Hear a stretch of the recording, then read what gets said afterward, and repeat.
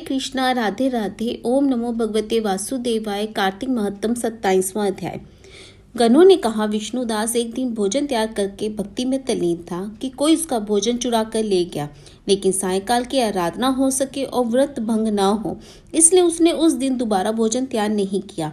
श्री नारद जी ने कहा, हे राजन, इस तरह लगातार 7 दिन तक कोई दूसरा भोजन चुराता रहा और तब वह हैरान होकर सोचने लगा, ये तो बड़ी विचित्र घटना है कि ना जाने कौन हर रोज मेरे भोजन को चुरा कर ले जाता है। फिर भी इस देव स्थान को छोड़ना नहीं चाहिए। अगर मैं भोजन बनाकर खा लेता हूँ तो देर हो जाएगी और पूजा छूट जाएगी, अतः मुझे भोजन बनाकर तुरंत खाना नहीं चाहिए। बिना भगवान को भोग लगाने के वैष्णवों को भोजन नहीं करना चाहिए। अगर 7 दिन बिन भोजन के बीत गए तो आज का दिन भी और सही। आज मैं भली भांति भोजन की रक्षा करूंगा और देखूंगा कि हर रोज इसे कौन चुरा कर ले जाता है। ऐसा सोच विष्णुदास भोजन तैयार करके भोजन के पास ही छिपकर बैठ गया।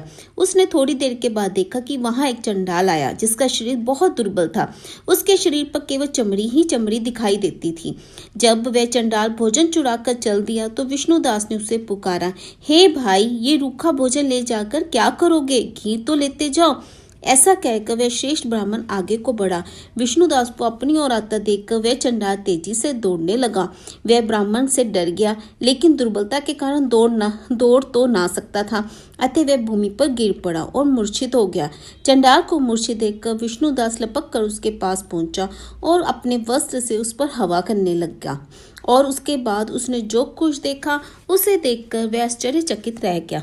उसने देखा कि उसके सम्मुख शंख, चक्र, गदा, पद्म, पीतांबरधारी चतुर्भुजी रूप अलसी के फूल के समान कांति वाले, छाती में कस्तूब माला से सुशोभित साक्षात श्री भगवान विष्णु खड़े थे। भगवान का दर्शन करके सात्विक भाव से मुक्त वह श्रेष्ठ ब्राह्मण उनकी स्तुति तथा प्रणाम कुछ न कर सका। वहीं पर सब इंद्र आदि देवता भी उपस्थित हो गए और गंधर्व तथा अप्सराएं आकर गीत गान करने लगी तथा नृत्य करने लगी। ब्राह्मण उन्हें प्रणाम करने के लिए उतावला हुआ तो ही वहां संपूर्ण देव, गंधर्व और अप्सराएं आ गई। विष्णु भगवान ने अपना स्वरूप ब्राह्मण को प्रकट कर उसका आलिंगन किया और दिव्य विमान में बैठकर उसे वैकुंठ ले गए। दिव्य विमान में ब्राह्मण को विष्णु के साथ जाते हुए देखकर राजा चोल ने भी देखा। उसने अपने गुरु आचार्य मृदुगल से को कहा कि मैंने जो यज्ञादि किए वह सब व्यर्थ हुए। जितनी दान दक्षिणा मैंने ब्राह्मणों को दी वह असफल हुई। विष्णु भगवान ने दर्शन नहीं हुए। विष्णुदास ब्राह्मण ने केवल श्रद्धा से भक्ति की, उसके प्रभाव से विष्णु भगवान ने आकर उसको दर्शन दिए।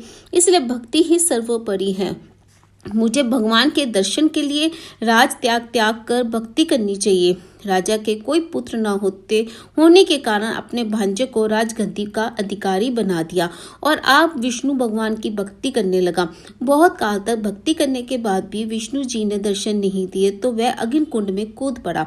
अग्नि में प्रकट होकर विष्णु भगवान ने राजा को गोदी में उठा लिया और कहा कि मैं तेरे त्याग और भक्ति से बहुत प्रसन्न हूँ। उसका आलिंगन कर उसको दिव्य विमान में अपने साथ बिठाकर वैकुंठ ले गए। विष्णु जी ने अपने समान रूप वाले ब्राह्मण को पुण्यशील तथा राजा चोल को सुशीला नाम देकर दोनों को अपना द्वारपाल बनाया। ओम नमो भगवते वासुदेवाय। कार्तिक महत्तम 27वां अध्याय समाप्त। राधे राधे।